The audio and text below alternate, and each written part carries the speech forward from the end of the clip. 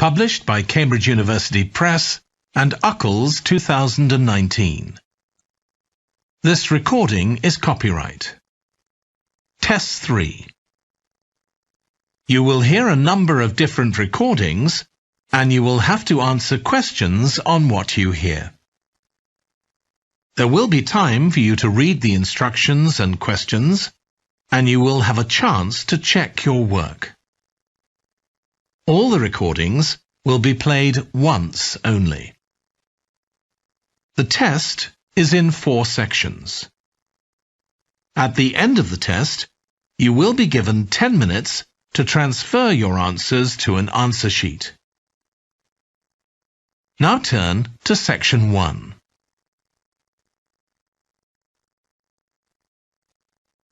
Section 1. You will hear a man phoning the customer services manager of a hotel to get information about holding a conference there. First, you have some time to look at questions 1 to 5.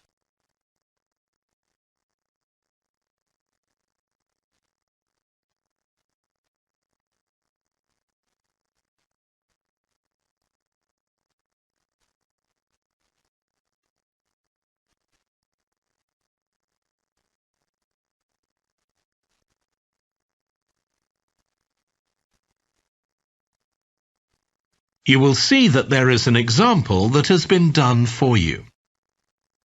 On this occasion only, the conversation relating to this will be played first. Hello, Flanders Conference Hotel. Oh, hi. I wanted to ask about conference facilities at the hotel. Have I come through to the right person? You have. I'm the customer services manager. My name's Angela. The name of the customer services manager is Angela. So Angela has been written in the space. Now we shall begin. You should answer the questions as you listen because you will not hear the recording a second time. Listen carefully and answer questions 1 to 5. Hello, Flanders Conference Hotel. Oh, hi. I wanted to ask about conference facilities at the hotel. Have I come through to the right person? You have. I'm the customer services manager. My name's Angela. So, how can I help you? Well, I'm calling from Barrett & Stanson's. We're a medical company based in Perth. Oh, yes? And we're organising a conference for our clients to be held in Sydney. It'll be held over 2 days, and we're expecting about 50 or 60 people. When were you thinking of having it? Sometime early next year, like the end of January. It'd have to be a weekend. Let me see. Our conference facilities are already booked for the weekend beginning January the 28th. We could do the first weekend in February. How about January the 21st? I'm afraid that's booked too. Well, let's go for the February date then. So, that's the weekend beginning the 4th. Okay. Now, can you tell me a bit about what conference facilities you have? Sure. So, for talks and presentations, we have the Tesla room. Sorry? Tesla, that's spelled T-E-S-L-A. It holds up to 100 people, and it's fully equipped with a projector and so on. How about a microphone? Yes, that'll be all set up ready for you. And there'll be one that members of the audience can use too, for questions if necessary. Fine. And we'll also need some sort of open area where people can sit and have a cup of coffee. And we'd like to have an exhibition of our products and services there as well, so that'll need to be quite a big space. That's fine. There's a central atrium with all those facilities, and you can come before the conference starts if you want to set everything up. Great. And I presume there's Wi-Fi? Oh, yes. That's free and available throughout the hotel. Okay. Would you also like us to provide a buffet lunch? We can do a 2-course meal with a number of different options. What sort of price are we looking at for that? Well, I can send you a copy of the standard menu. That's $45 per person. Or you can have the special for $25 more. I think the standard should be okay, but yes, send me the menu. Before you hear the rest of the conversation, you have some time to look at questions 6 to 10.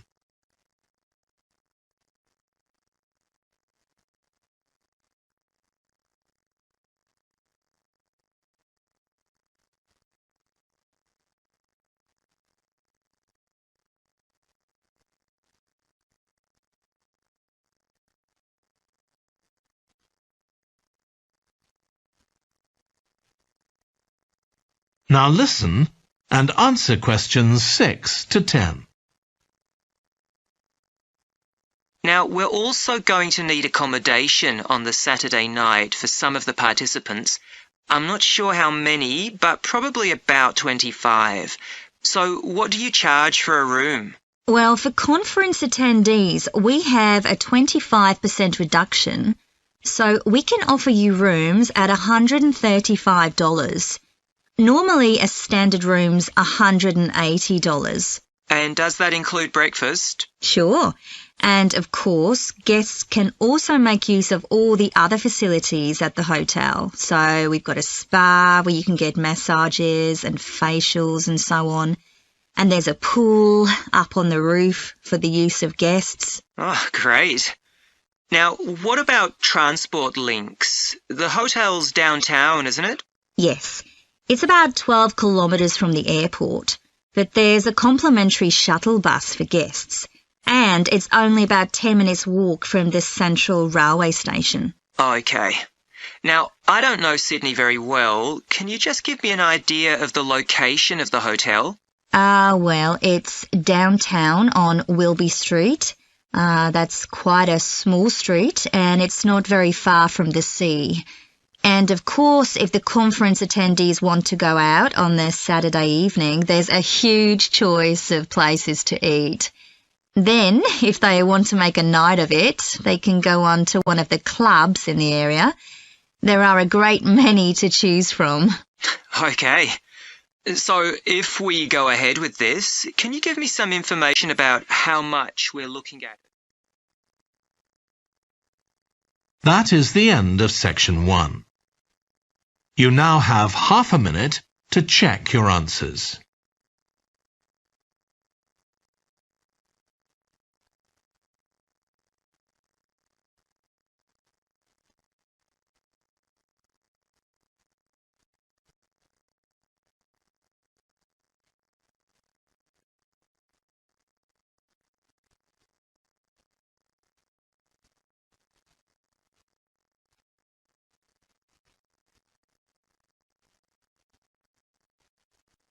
Now turn to section 2.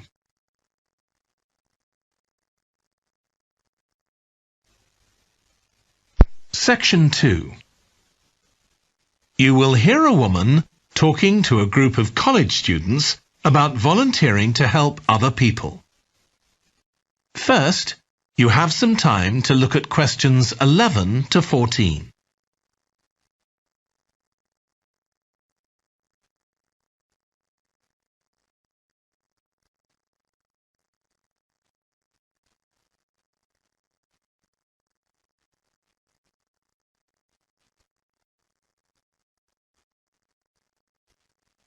Now listen carefully and answer questions 11 to 14.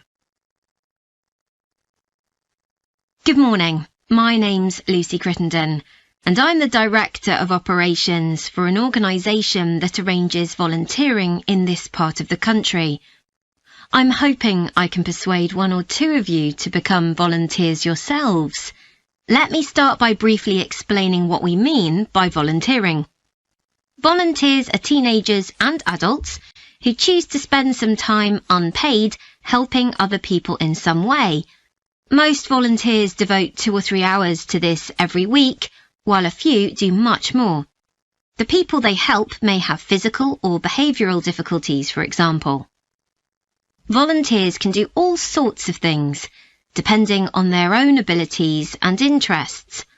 If they're supporting a family that's struggling, for example, they may be able to give them tips on cooking, or recommend how to plan their budget, or how to shop sensibly on their income. They might even do some painting or wallpapering, perhaps alongside any members of the family who are able to do it. Or even do some babysitting, so that parents can go out for a while. The benefit from volunteering isn't only for the people being helped. Volunteers also gain from it. They're using their skills to cope with somebody's mental or physical ill health, and volunteering may be a valuable element of their CV when they're applying for jobs. Employers usually look favourably on someone who's given up time to help others. Significantly, most volunteers feel that what they're doing gives them a purpose in their lives. And in my opinion, they're lucky in that respect, as many people don't have that feeling.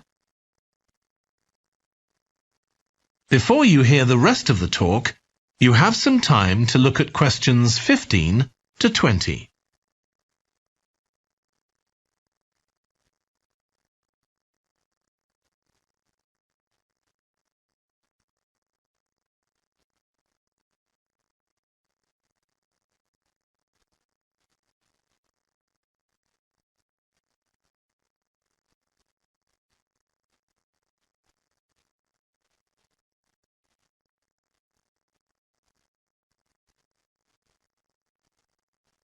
Now listen and answer questions 15 to 20. Now I'd like to tell you what some of our volunteers have said about what they do, to give you an idea of the range of ways in which they can help people. Habib supports an elderly lady who's beginning to show signs of dementia. Once a week they, along with other elderly people, go to the local community centre where a group of people come in and sing. The songs take the listeners back to their youth, and for a little while they can forget the difficulties that they face now. Our volunteer Consuela is an amazing woman.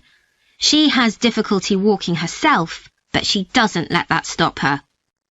She helps a couple of people with similar difficulties who had almost stopped walking altogether. By using herself as an example, Consuela encourages them to walk more and more. Min visits a young man who lives alone and can't leave his home on his own, so he hardly ever saw anyone. But together they go out to the cinema or to see friends the young man hadn't been able to visit for a long time. Tanya visits an elderly woman once a week. When the woman found out that Tanya is a professional dressmaker, she got interested. Tanya showed her some soft toys she'd made, and the woman decided to try it herself. And now she really enjoys it and spends hours making toys. They're not perhaps up to Tanya's standard yet, but she gains a lot of pleasure from doing it. Alexi is a volunteer with a family that faces a number of difficulties. By calmly talking over possible solutions with family members, he's helping them to realise that they aren't helpless and that they can do something themselves to improve their situation. This has been great for their self-esteem. And the last volunteer I'll mention, though there are plenty more, is Juba. She volunteers with a teenage girl with learning difficulties who wasn't very good at talking to other people. Juba's worked very patiently with her, and now the girl is far better at expressing herself and at understanding other people. OK, I hope that's given you an idea of what volunteering is all about. Now I'd like to talk to you about... That is the end of section 2. You now have half a minute to check your answers.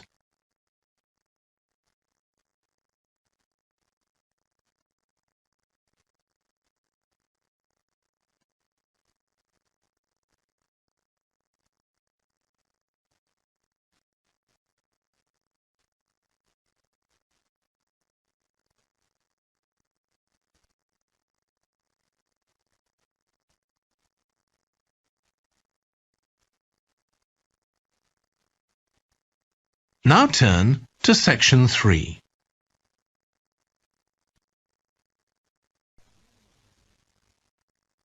Section 3. You will hear a trainee music teacher called Joe talking to his supervisor about the school marching band that he has been given responsibility for. First, you have some time to look at questions 21 to 26.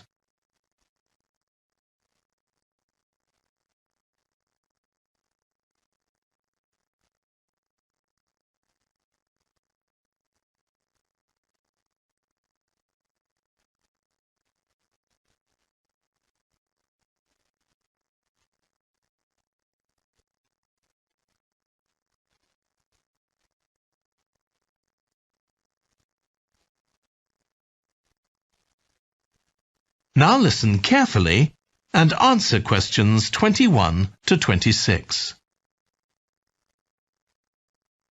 So, how are you getting on with your teaching practice at the high school, Joe? Well, I've been put in charge of the school marching band, and it's quite a responsibility. I'd like to talk it over with you.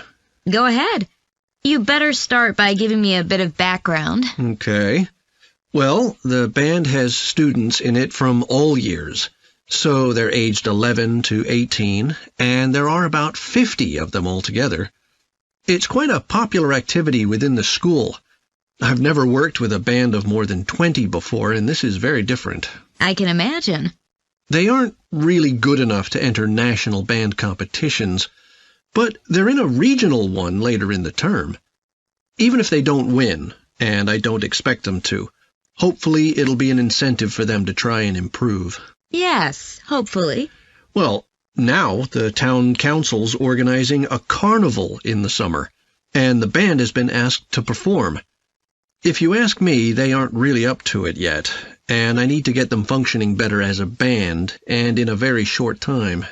Have you been doing anything with them? Apart from practicing the music, I mean. I played a recording I came across of a drummer talking about how playing in a band had changed his life. I think it was an after-dinner speech. I thought it was pretty inspiring, because being in the band had stopped him from getting involved in crime. The students seemed to find it interesting, too. That's good. I'm planning to show them that old film from the 1940s, Strike Up the Band, and talk about it with the students. What do you think? Good idea. As it's about a school band, it might make the students realize how much they can achieve if they work together. That's what I've got in mind. I'm hoping I can take some of the band to a parade that's going to take place next month. A couple of marching bands will be performing, and the atmosphere should be quite exciting. It depends on whether I can persuade the school to hire a coach or two to take us there. They sound like good ideas to me. Thanks. Before you hear the rest of the discussion, you have some time to look at questions 27 to 30.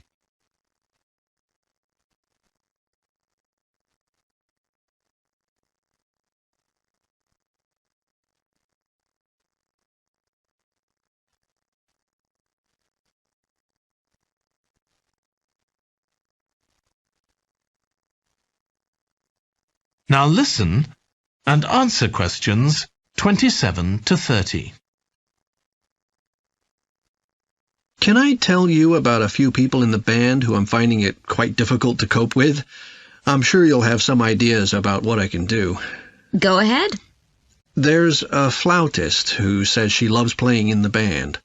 We rehearse twice a week after school, but she's hardly ever there. Then she looks for me the next day and gives me a very plausible reason. She says she had to help her mother, or she's been ill, but to be honest, I don't believe her.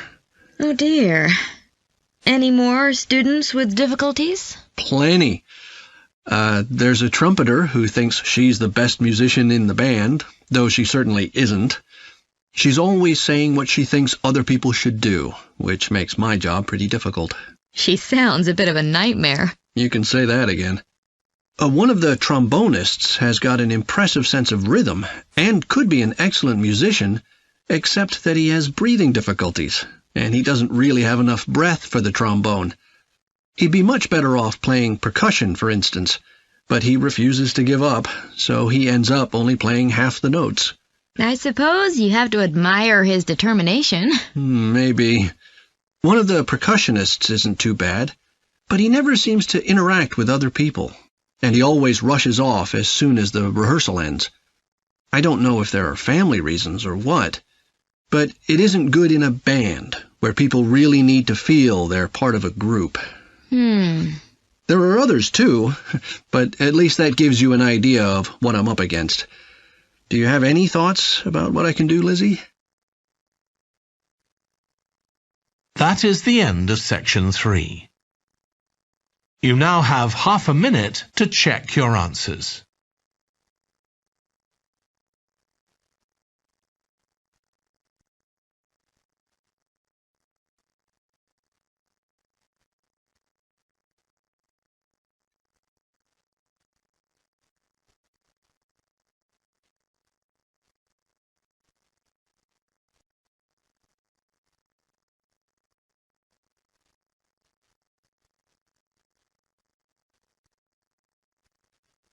Now turn to section 4.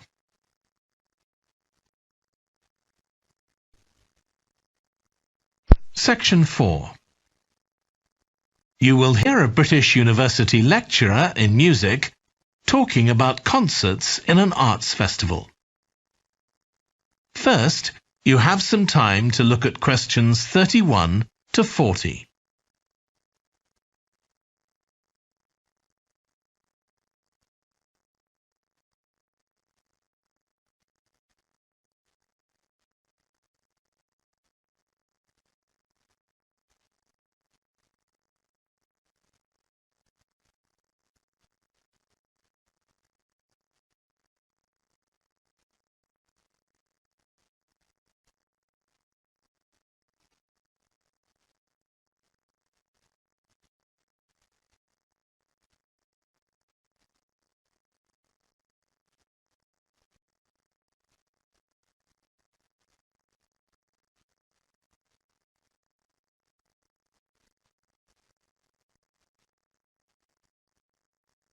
Now listen carefully and answer questions 31 to 40.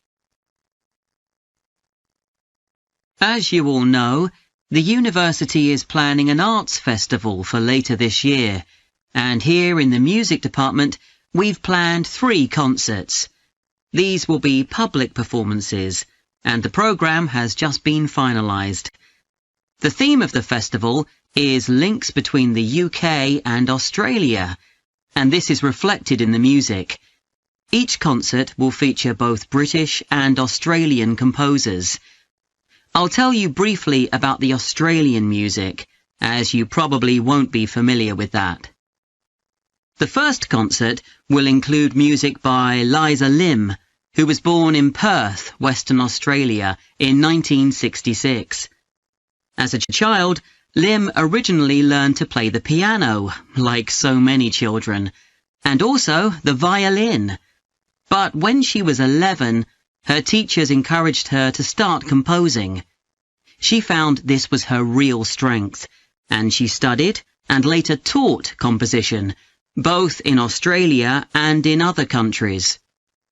As a composer, she has received commissions from numerous orchestras, other performers, and festivals in several countries. Liza Lim's compositions are vibrant and full of energy, and she often explores Asian and Australian Aboriginal cultural sources, including the native instrument, the didgeridoo. This is featured in a work called The Compass. Her music is very expressive, so although it is complex, it has the power of connecting with audiences and performers alike. In the festival, we're going to give a semi-staged performance of the Oresteia. This is an opera in 7 parts, based on the trilogy of ancient Greek tragedies by Aeschylus. Lim composed this when she was in her mid-20s, and she also wrote the text, along with Barry Kosky. It's performed by 6 singers, a dancer, and an orchestra that, as well as standard orchestral instruments, includes electric guitar and a traditional Turkish stringed instrument. Lim wrote that because the stories in the tragedies are not easy to tell. The sounds she creates are also disturbing, and they include breathing, sobbing, laughing, and whistling. The work lasts around 75 minutes, and the rest of the concert will consist of orchestral works by the British composers Ralph Vaughan Williams and Frederick Delius. Moving on now to our second concert. This will begin with instrumental music by British composers Benjamin Britten and Judith Weir. After the interval, we'll go to Australia for a piece by Ross Edwards, The Tower of Remoteness.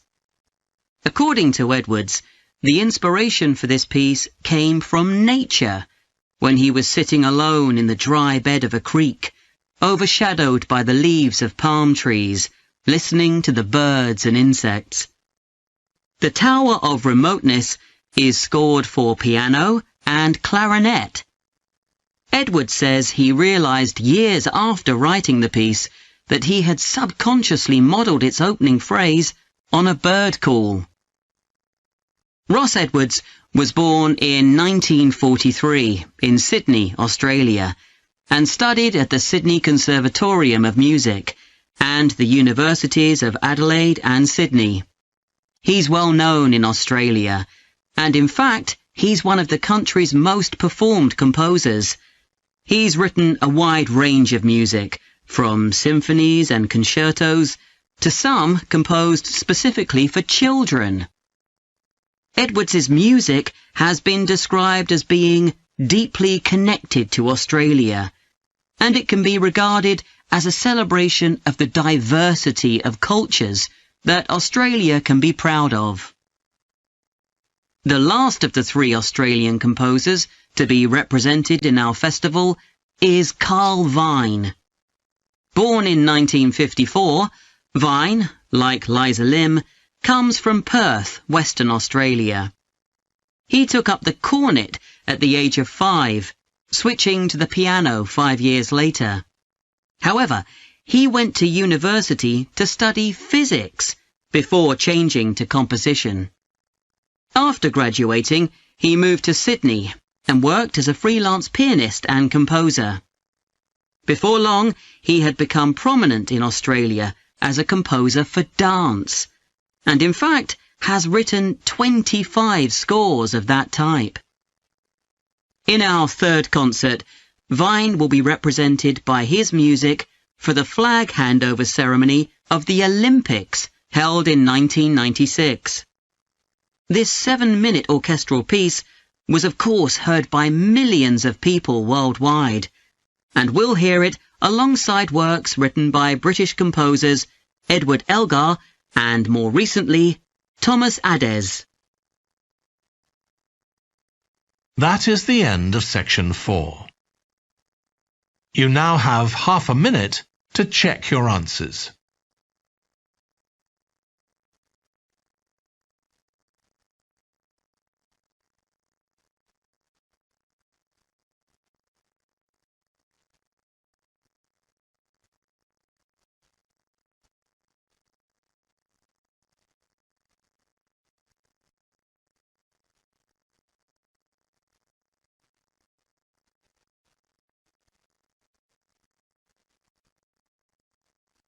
That is the end of the listening test. In the Ielts test, you would now have 10 minutes to transfer your answers to the answer sheet.